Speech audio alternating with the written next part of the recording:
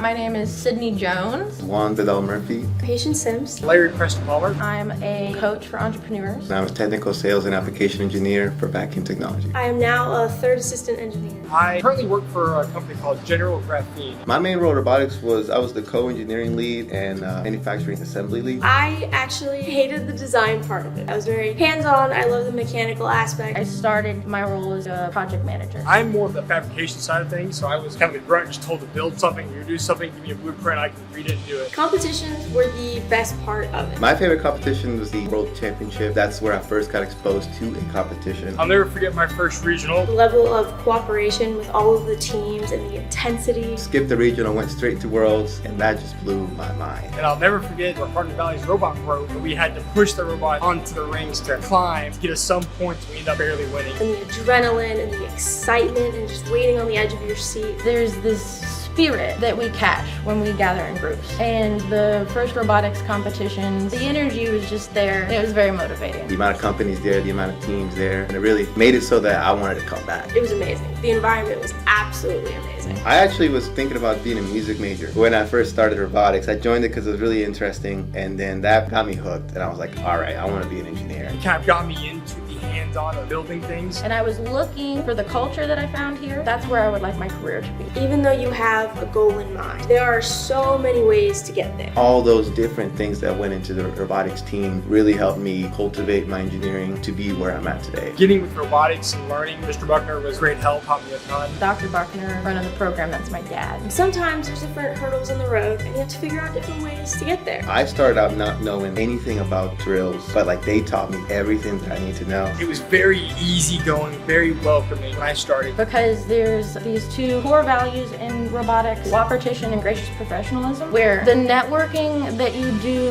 with the people you're competing with makes you both better. Even if it gets very difficult, sometimes you get stressed. Appreciate those moments more than anything else. If it seems interesting to you, go for it. You don't have to know anything to be a part of the team. It's very welcoming to anybody. You get all sorts of characters in their robotics, and it kind of makes it all work. Loved that energy. That is very rare in the real world, and it's been a journey finding that again. I've made some really good friends, especially, Luke, Andreas, Tag. Andreas and Luke, I know they'll drop everything to help me if I need something. But I've got some of my best friends who are from the robotics club. 4, 2, 6, 5. We're the team that likes it. I say, hey. It doesn't matter where you tap in, just tap in. You'll succeed at anything in life. I wanted to encourage more and more kids to join the club. You're never going to be perfect. If you try to be, in the process, you're going to catch excellence.